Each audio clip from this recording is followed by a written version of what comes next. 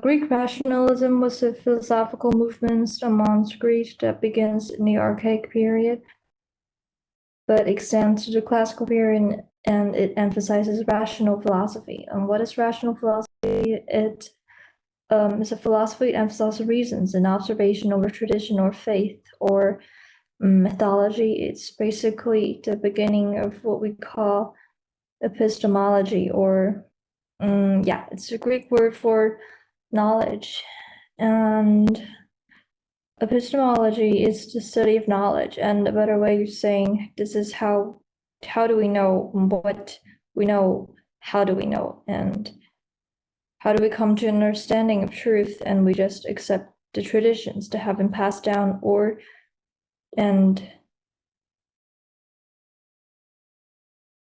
do we question it and ask why? And so there is a whole string of characters, and probably the earliest is thoughtless of this Heraclitus. And this is a portrait of him, and he was born sometime around 300 BC, 400 BC, and you should know because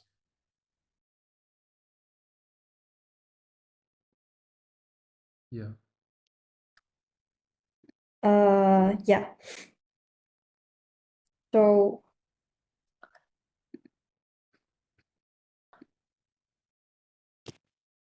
you should know like this theory and something called Pythagorean theorem, and this is a group of philosophers that we call the pre-Socratic philosopher, and Socrates doesn't come along until much later. So these are the philosophers who come along before him, and this is rational philosophy and sparks of a revolution in the natural sciences, mathematics, astronomy, but also in philosophy and morality. So one of the best ways about Greek rationalism is just Pythagoras, and Pythagoras was one of the first pre-Socratic philosophers, and we all know him because he figured out this theory, but he was also one of the first pioneers of music, and music theory is what makes music work, what things make music tick. He was one of the ones who believed that the universe ran according to some kind of cosmic order, what we call the music spheres. And here he says there is geometry in humming of strings.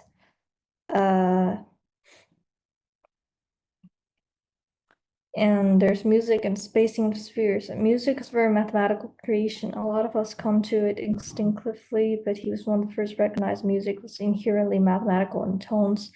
The skills and the progressions are all fundamentally math, and he organized a society, a secret society for people studying math and music, and believed this was the best way to understand the universe, and that math was a way geometry of the universe and was written into the universe itself. And by studying math, you can understand the universe, and this is the beginning of a natural science in many ways. But it's more than natural sciences, it's the understanding of yourself. And Thales of Miletus said the most difficult thing in life is to know yourself and your self-reflection, understanding of yourself and own motivations. And Heraclitus, his most famous quote is, "No man ever steps in the same river twice," where it's not the same river, and he's not the same man. I know so what is the nature of a river determined by geography? It's the place water runs down, or is it determined by the water? If it's determined by the water in the river, it's in a state of constant change because the river is never the same. And he was one of the first recognized that things change, and that change is the defining nature of things. So what is the true nature of things? These are kind of pretty heavy ideas. And it was one of the first times people actually began to question the nature of reality, and they began to question the existence of God and questioning the existence of the state of nature. and politics, etc. And you don't hear this in Persian society, and you do not hear this in Egyptian society. And these things do not exist there, and there's rational philosophy in Persia and in Egypt, but not like this. And Greece was particularly well suited for expulsion of these ideas because they had lots of places where you could gather to talk about and describe these things. And this comes together to really create something spectacular, comes together to create this moment. And so first you have philosophy-based observation of natural phenomena. In that way, you understand the world by looking at the world and questioning it and asking questions and observing it. And also Greek mythology. Greek mythology was one of the things that came out of rational philosophy. For example, Sophocles or somebody wrote the story of Oedipus and his great series of Oedipus tracks. And the story of Oedipus is really tragic stories. Another one of these double-edged prophecies from the oracle at Delphi. Oedipus in the story is told by the oracle of Delphi that one day he will kill his father and marry his own mother. And he says, so, well, I cannot have that, so I'll go to a far country. And as it turns out, he didn't realize he was adopted. And so he thought his mom and dad were his mom and dad, but they were not actually. Okay. And they were his adopted parents. So he actually goes to the far country where his mom and dad really were, and he goes all the way and comes across this old man, and he slays him, and not knowing it's actually his father and the king of the country. And he goes on and travels on to the country, and the country is in a desperate state. And they say, oh, we're in such a desperate state. And first our king is killed, and then he's gone. And there's this terrible monster known as the Sphinx, which has the front part of a woman and the hind part of a lion and the wings. And the Sphinx is terrorizing our nation and won't let go till somebody can solve the Sphinx riddle. And they say to Oedipus that anyone could solve the Sphinx, we will make him king of our country and we will let him marry our widowed queen. And so, of course, it was Oedipus's actual mom, but Oedipus doesn't know. And he goes on and solves the riddle of the Sphinx. So everybody knows it's like what goes on in 4 legs in the morning, 2 in the afternoon, and 3 in the evening. So it's actually human because he crosses a baby and walks on 2 legs as a man. When he said old man, he needs a staff, and then he flummoxes the Sphinx entirely, and he goes on and he marries the queen, who is his mother, and they have children. But a series of horrible, tragic events, he eventually discovers that only crap, I've killed my father, married my mother, and I've had my children incest, and he kind of goes mad and he tears his own eyes out. So there's a lot of things, and Oedipus Rex that's really fantastic. Yeah. Another one is like the suicide of Ajax. And Ajax and Achilles are the 2 greatest warriors of the Trojan War, and on the Greek side. Achilles is known for being incredibly skillful, quick, deadly, and Ajax is depicted as more of a bear, and he just kind of knocks and battles people over by his immense strength. But these 2 guys together kicked more butt and took more names than any other Greek warriors combined in the Trojan War. But everything started to go wrong and when Achilles dies. So here we have a scene of Achilles' body being taken off in the battlefield by Ajax now in the Greek myth. And Achilles was a champion, he was leader of the Greek armies, and when he dies in Trojan War, just as a huge blow to their morale. But there was a choice to be made. If your champion dies, you have to make a new champion, you have to choose a new champion. And Achilles had a magical sort of armor, and sort of armor was created by the gods. And I have faced his back. It was made by the blacksmith of the gods. And once Achilles died, Ajax and Odysseus debate over who should receive his armor. When Odysseus is given armor, Ajax goes mad and kills Greek cattle and sheep, believing that it is Greek leaders because gods put haze over him. Once he became aware of what he has done, he committed suicide. Ajax believed that after the cattle incident, killing himself is the only way to keep his status as hero and avoid bringing shame to his noble father Telamon. When you look at the figure on the vase, first of all, you can see there's a much greater understanding of human anatomy going on here. And we're still in the archaic period, but we're towards a classical period and side profile of this figure and everything. So what is remarkable is that what we call this the suicide of Ajax vase, but it's not actually the suicide of Ajax. It's just a moment of just before the suicide, and the artist has done something really amazing here. They have found the moment of the greatest emotional intensity, not as his death, because it is death. That would be a little late, and this moment where he's contemplating his death and plotting for it, planning and getting ready to throw himself on his own sword. So to some kind of alleviate his own shame and emotional intensity and pathos. You don't see that in Persian art, and you do not see that in Egyptian art. And so this really creates a powerhouse combination that the artists achieve this great level of anatomy, accuracy in anatomy and naturalism in the work. But it's more than just that. You also try to find this the meaning of emotional resonance in the work as well.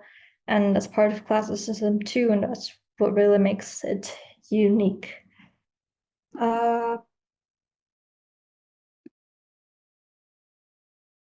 About the birth of classicism, this incredible moment in the 5th century.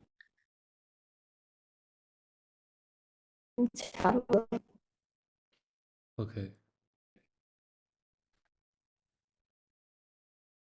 So, like, you see the revel of a truly rational, naturalistic form of art, and this new form of art really only could have happened in ancient Greece, and only ancient Greece had a combination of rational philosophy that emphasizes observation, natural phenomenon, and this love of sport and this love of exercise. You could see in these two sculptures, and the institutions of the social institutions that would have given somebody opportunity not just to exchange these ideas, but to see the body in motion. And so these two things come together and create this revolution naturalism that we call contrapostal, as people with their own internal lives. So we get the sense of pathos and the sense of feeling and emotion in figures in art.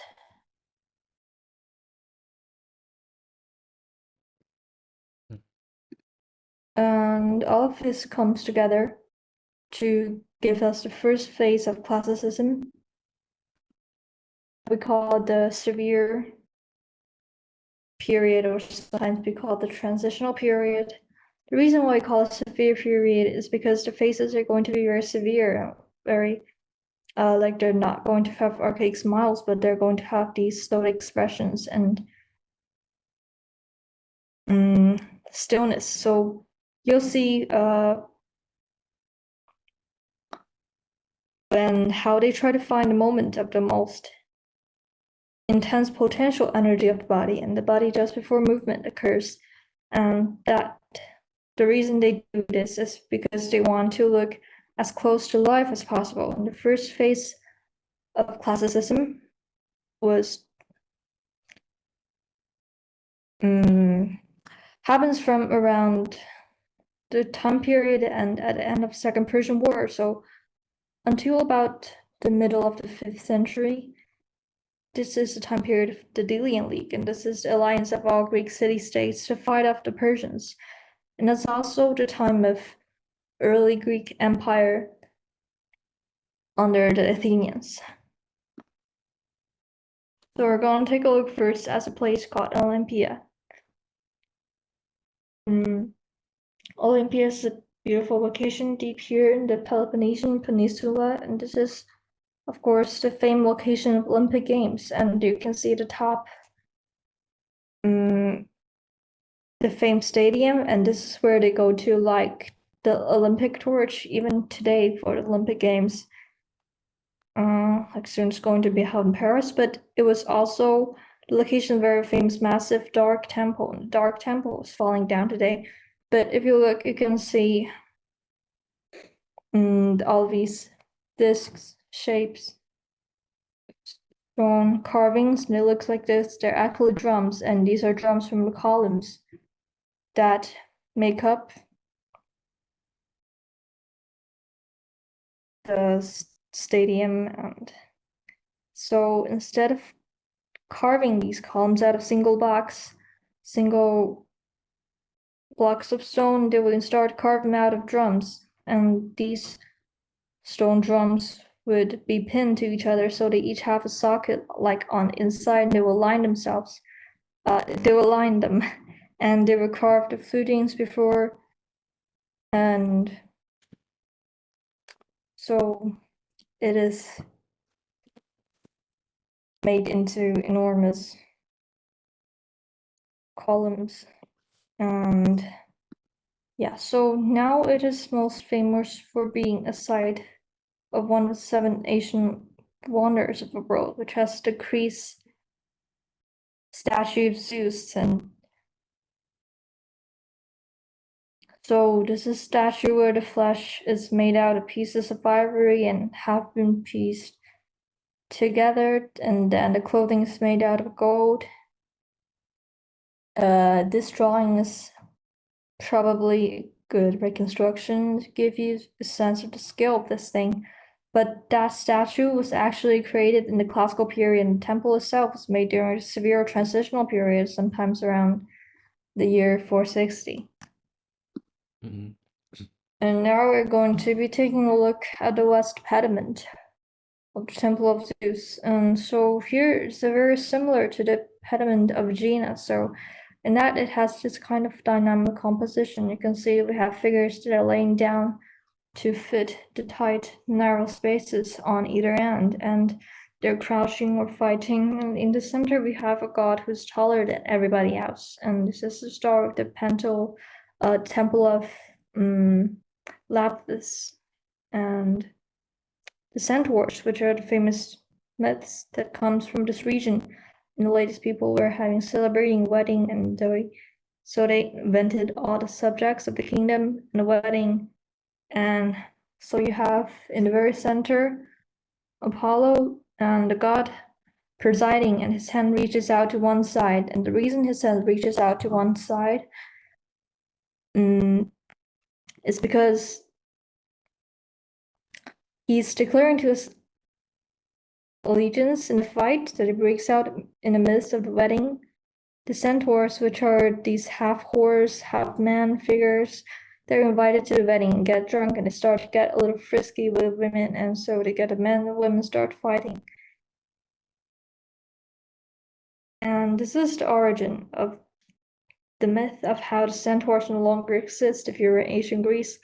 And you said, how come there's no centaurs? Well, because they got frisky at a wedding and the men slew them all, and so there are no centaurs because the centaurs were trying to haul off the women and try to rape them, because in Greek mythology that's what centaurs do. And think of the Dolorous Umbridge in quite a way again. Mhm. And so we see Apollo presiding over this group, and we have 2 centaurs fighting with women and 2 men trying to slay them in this group. And when we try to look at the figure of Apollo, we can notice that he has this very severe facial expression.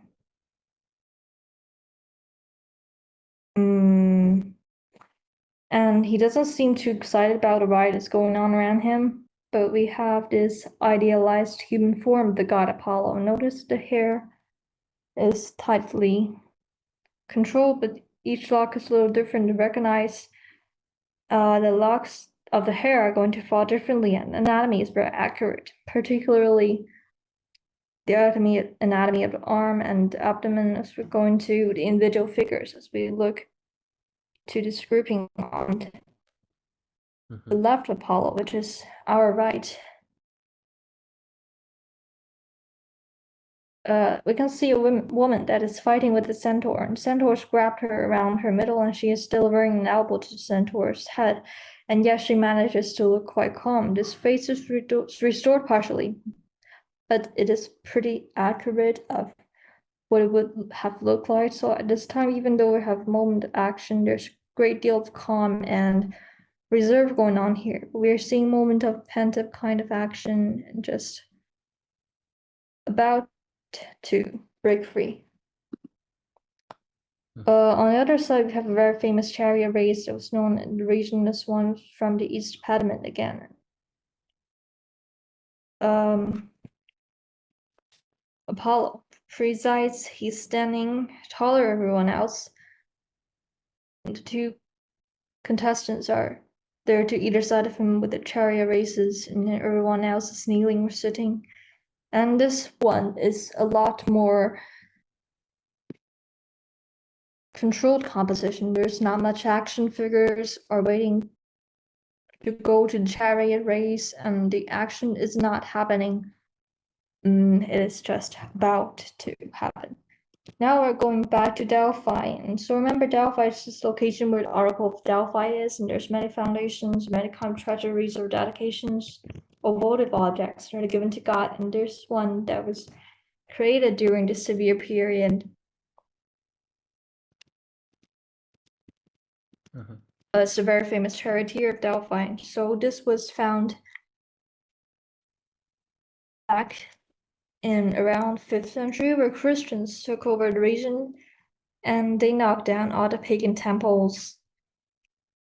And it appears so that whatever buried this to prevent it from being destroyed is melted down by Christians. And it was buried on a location where we can tell his dress. And in fact, his girdle is tied behind his back. You can see it has bound to his back, and the fact that he's holding reins in his hand.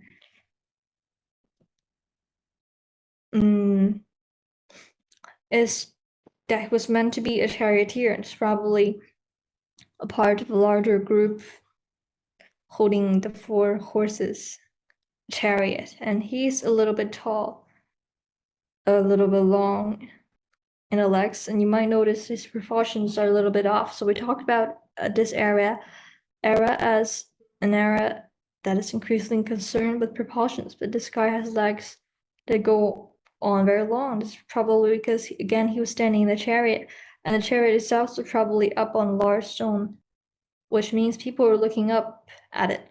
So there's a little bit of forced perspective work, and if he was, normal proportion, his head would be very difficult to see. So you can particularly see the detail, the concerns when you get to his face, and this is one of the few bronze statues that survived from this time period. It actually has an eyes still intact. Again, they were trying to capture the quality of life, and so they put inlaid eyes, and they were painting these statues. And notice that they even put in eyelashes, so that's absolutely scrupulous. They were so to details of this, meant to give a sense of life into the figure, and the figure is standing still, but a qualities to give you the idea that you just caught him standing still for a moment, and that at any moment he could suddenly spring to life. And we can see that in most of the statues from this transitional time period. And while it went from the archaic into the classical period, it was happening in Greece, something else was happening in the Western Mediterranean at the same time in Italy. So in Italy, particularly in the central and northern sections of Italy, we have completely different groups of people. So remember that down here in southern Italy, this part has been colonized by Greeks, but we have another group of people here in northern and central Italy. And we call these people Italic peoples. It just means that these were the original people from Italy. And they have several different names and several different cultures, and they aren't all unified. They're very much tribal cultures with their own identity, but we're going to talk about